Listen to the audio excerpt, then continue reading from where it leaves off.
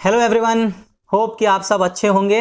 And आज का जो टॉपिक है वो काफ़ी इंटरेस्टिंग है बिकॉज ये ना तो आईपीओ से रिलेटेड है और डायरेक्टली ना ही ये इक्विटी मार्केट से रिलेटेड है। हाँ, इनडायरेक्टली ज़रूर है।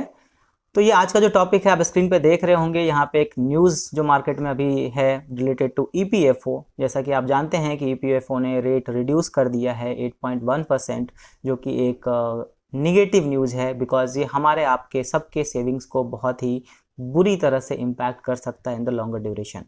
बट यहाँ पे दूसरी न्यूज़ ये है जो स्क्रीन पे आप देख रहे हैं कि ईपीएफओ इक्विटी में 25% एक्सपोजर देने का प्लान कर रहा है, ऐसा प्रपोजल है। It is not confirmed yet. So ये जो 25% एलोकेशन है, बहुत लोगों को लगा होगा कि ये भी एक निगेटिव सी बात है बिकॉज जैसे ही इक्विटी मार्केट शेयर मार्केट की बात होती है हम आप थोड़े से बैकफुट पे चले जाते हैं और हमें लगता है कि हमारा पैसा जो हम सेफ पैसा समझते हैं पीएफ में इन्वेस्ट कर रहे हैं, वहाँ पे ये एक रिस्क का एक्सपोजर क्यों ऐड हो रहा है। तो इसके पीछे के रैशनल को समझेंगे आज के वीडियो में। वीडियो को ध्यान से जरूर देखिएगा, इसमें जो भी छोटे मोटे कैलकुलेशन है वो भी मैं आपको करके बताऊंगा। तो वीडियो को स्टार्ट करने से पहले जो भी चैनल पर नए हैं चैनल को सब्सक्राइब जरूर कर लें एंड बेल आइकन को हिट करना मत भूलिएगा, इससे मेरा जो भी नया वीडियो है वो आप तक ईजी वे में पहुंच जाएगा।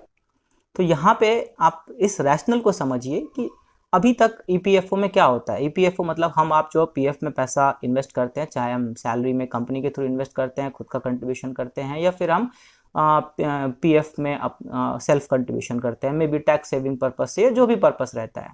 ये वो पैसा है जो हम आप एक्चुअली लॉन्गर ड्यूरेशन के लिए सेव करना चाहते हैं और हम चाहते हैं कि ये रिस्क फ्री हो।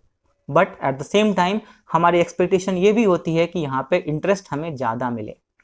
बट एक बात हमको आपको ये समझना होगा कि इंटरेस्ट ज़्यादा या कम उस बात पे डिपेंड करेगा कि पीएफ जो ईपीएफओ है वो हमारे फंड से कितना इंटरेस्ट जनरेट कर पाता है, कितना रिटर्न जनरेट कर पाता है, उसी के हिसाब से रिटर्न हमारे आपको पास ऑन होगा। सो रिटर्न जनरेशन के लिए आपको छोटा सा एक कैलकुलेशन में लेकर के मैं चलता हूँ जो साइड में स्क्रीन पे आपको दिख रहा होगा। तो यहाँ पे अगर आप देखेंगे सो नॉर्मली हम कोई भी अगर डेट इंस्ट्रूमेंट में पैसा इन्वेस्ट करते हैं, डेट इंस्ट्रूमेंट कहने का मतलब जो फिक्स डिपॉजिट फिक्स्ड वाले इंस्ट्रूमेंट होते हैं, जैसे गवर्नमेंट सिक्योरिटीज़ हो गया, गवर्नमेंट बॉन्ड्स हो गए, आप फिक्स डिपॉजिट भी ले सकते हैं एग्जाम्पल के लिए। सो एवरेज रिटर्न अगर आप अभी के टाइम में देखेंगे तो overall it's coming around 6 to 7% के एवरेज में आता है। सिमिलर वे में अगर मैं इक्विटी की बात करूं, शेयर मार्केट की बात करूं, तो शेयर मार्केट में ऐसा माना जाता है कि जिस हिसाब से आपका इन्फ्लेशन है, जिस हिसाब से आपका जीडीपी ग्रोथ है, उसके हिसाब से लॉन्गर ड्यूरेशन में इक्विटी आपको रिटर्न देता है। तो यहाँ पे 6% का अगर आप जीडीपी ग्रोथ, 6% का इन्फ्लेशन, ये सारे कैलकुलेशन को कंबाइन करेंगे तो लॉन्गर ड्यूरेशन में जो एक्सपेक्टेड रिटर्न है वो 12% लेकर के चला जाता है कि इक्विटी मार्केट में आपको 12% का रिटर्न मिलेगा फॉर द लॉन्गर ड्यूरेशन। तो यहाँ पे दोनों रिटर्न आपको क्लियर है। अब आप समझिए जो आप 100 रुपये पीएफ में डालते हैं, उस 100 रुपये में अभी का एलोकेशन क्या है कि 15% इक्विटी मार्केट में जाता है और 85% डेट मार्केट में जाता है। दैट मीन्स 100 में से जो 15 रुपये है उसका जो रिटर्न आएगा वो इक्विटी मार्केट के 12% के हिसाब से आएगा, और 100 में से जो 85 रुपीज़ है उसका रिटर्न है वो डेट मार्केट के हिसाब से, एजम्पशन के हिसाब से आप ले लीजिए तो हायर इंटरेस्ट 7% के हिसाब से आएगा। Just for the calculation, actual ऐसा होगा नहीं होगा दैट्स अ डिफरेंट केस, मैं बस समझाने के लिए आपको बता रहा हूँ।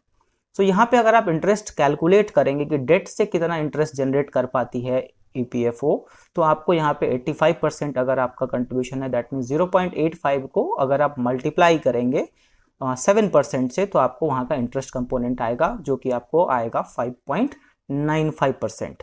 सो डेट में जो पैसा जाता है वहाँ पे 5.95% का इंटरेस्ट जनरेट होता है।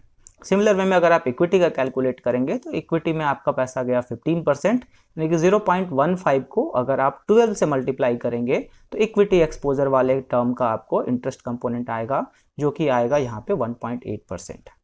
सो ओवरऑल दोनों को मिला देंगे तो टोटल इंटरेस्ट जो वहाँ पे जनरेट करता है पीएफ, वो जनरेट करता है 7.75%।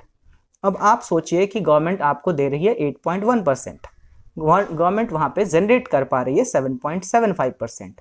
तो ये जो डेफिसिट है, डेफिसिट कितना हो रहा है 0.35% का। अगर आप कैलकुलेट करेंगे तो ये डेफिसिट आपको आएगा अप्रॉक्सीमेटली 0.35%। तो आप सोच के देखिए जो गवर्नमेंट के लिए ये फायदे का सौदा होगा, बिकॉज जितना जनरेट ही नहीं हो पा रहा है सो गवर्नमेंट आपको पास ऑन कैसे करेगा। सो मे भी बहुतों को लगा होगा कि ये निगेटिव न्यूज़ है, अगर आप इसको दूसरे वे में समझिए तो दूसरे वे कहने का मतलब अभी नए एलोकेशन के हिसाब से कैलकुलेशन को समझते हैं। सो नया एलोकेशन कहने का मतलब अभी 25% इक्विटी में जाएगा और 75% डेट में जाएगा। तो 75% पैसा 7% के हिसाब से इंटरेस्ट फेच करेगा। आप कैलकुलेट करेंगे तो यहाँ पे ये 5.25% निकल करके आएगा, और जो पैसा आपका इक्विटी में जा रहा है दैट इज 25%, वो आपका 12% के हिसाब से रेट फेच करेगा, जो कि निकल करके आएगा 3%। सो ओवरऑल आप इसको अगर कैलकुलेट करेंगे टोटल रिटर्न निकालने के लिए तो 5.25 प्लस 3 ये आपको आएगा 8.25%। तो गवर्नमेंट आपको दे कितना रही है? 8.1%। तो ये जो प्रपोजल लाया गया है, ये जो प्रपोजल सबमिट हो रहा है कि इक्विटी एक्सपोजर को बढ़ाया जाए 25%, ये हमारे आपके उस इंटरेस्ट वाले कंपोनेंट को प्रोटेक्ट करने के लिए किया जा रहा है। अदरवाइज अगर ऐसा नहीं हुआ तो हमको आपको इतना तो जरूर समझ में आ रहा है कि कमिंग फ्यूचर में जो फिक्स्ड वाले इंस्ट्रूमेंट हैं उनके रिटर्न धीरे धीरे कम होते जाएंगे, और वो अगर कम होते जाएंगे तो आज हमें अगर 8.1% मिल रहा है पीएफ में, तो शायद कमिंग फ्यूचर में वो परसेंटेज और कम हो जाए, और हमको आपको ये चीज़ तो पसंद नहीं आएगा कि पीएफ का इंटरेस्ट रेट कम हो जाए। सो ये जो न्यूज़ है बहुतों को लगा होगा कि ये नेगेटिव है, क्यों इक्विटी एक्सपोजर बढ़ाया जा रहा है। उसको आप थोड़ा सा दूसरे एंगल से सोचिएगा कि अगर इक्विटी एक्सपोजर नहीं बढ़ाया जाएगा तो जो रिटर्न हमारे आपको मिल रहा है पीएफ में, वो रिटर्न हमें कम मिल सकता है इन कमिंग फ्यूचर। तो ये सारे के सारे जो कैलकुलेशन है ये एजम्पशन है, जो मैंने एक रफली एक आइडिया निकाल करके किया है। It is not a perfect thing, but समझने के लिए मुझे लगता है काफ़ी है कि आप समझ पाएंगे कि एक्चुअली इसके पीछे का रैशनल क्या है। तो इस न्यूज़ को नेगेटिव में मत लीजिएगा। इक्विटी मार्केट के लिए ये न्यूज़ बहुत ही अच्छा हो सकता है, बिकॉज आप सोच के देखिए कि जो भी पैसा हम आप एसआईपी में इन्वेस्ट कर रहे हैं आज की डेट में म्यूचुअल फंड के थ्रू, वो पैसा शेयर मार्केट में इन्वेस्ट होता है, इक्विटी मार्केट में इन्वेस्ट होता है। और यहाँ पे अगर ये गवर्नमेंट का अगर ये पीएफ में पैसे का कंट्रीब्यूशन बढ़ गया तो ये पैसा भी शेयर मार्केट में इन्वेस्ट होगा। तो एक रेगुलर फ्लो स्टार्ट होगा मार्केट में डोमेस्टिक इन्वेस्टर्स के थ्रू, जो कि कहीं ना कहीं जो एफआईआईज का जो विड्रॉल है जिसका इम्पैक्ट है उसको कहीं ना कहीं रिड्यूस करेगा। और एफआईआईज आज जा रहे हैं, कमिंग फ्यूचर में आज नहीं कल वापस आएंगे ही, तो इक्विटी मार्केट फ्यूचर में एक अच्छा खासा रिटर्न देता हुआ दिख सकता है।